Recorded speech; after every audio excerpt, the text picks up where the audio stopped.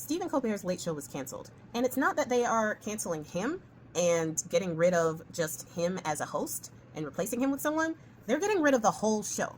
Now, this show was created in 1993 with David Letterman, and he did it for a really long time, and that's pretty much what he's known for. But as the years went on, the prices became more expensive, it became less profitable, and the ratings started to get lower. At least that's the excuse that they're giving. Yes, the ratings on TV are lower, but a lot of the show was put on YouTube, and the YouTube videos get millions of views. So it's not like they weren't still making a ridiculous amount of money.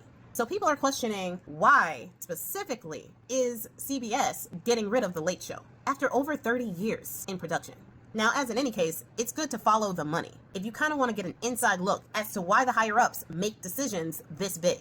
And let's start with the owners. CBS is owned by Paramount Global. Paramount Global is trying to do an $8.4 billion merger with Sundance Media. A merger that big needs approval from the Federal Communications Commission, the FCC, which is currently under the control of Bone Spurs and his administration. Stephen Colbert blasts Bone Spurs in every single show that he does, and he doesn't pull any punches. But this isn't really new when it comes to late night hosts. Jimmy Kimmel, Jimmy Fallon, Jon Stewart, they all do the same thing.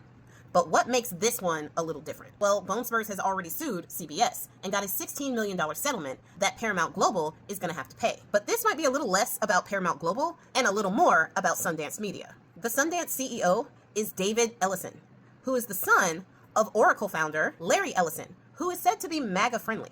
David Ellison is a huge Republican donor. CNN even reported on July 23rd of this year that Sundance had told the FCC that they were eliminating all of their DEI programs and replacing it with an ombudsman, which is basically somebody who investigates cases of discrimination. They would much rather hire somebody who investigates discrimination after it happens than to put programs in place to prevent it from happening in the first place. Got it. It's also curious that Bone Spurs claimed that as a part of that settlement with CBS and Paramount, that he was also going to get $20 million worth of ad revenue from Sundance Media.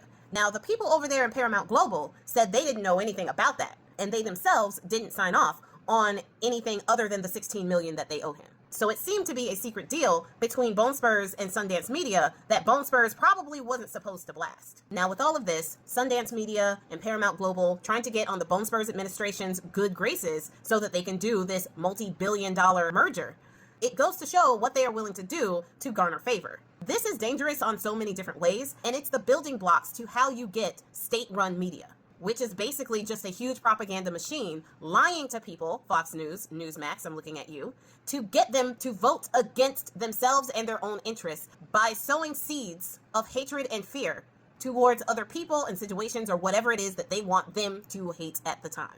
Now, Paramount Global also owns Comedy Central, where Jon Stewart holds nothing back. We'll know if this is really a ploy to garner favor with the Bone Spurs administration if they decide that The Daily Show now isn't making enough money to keep going.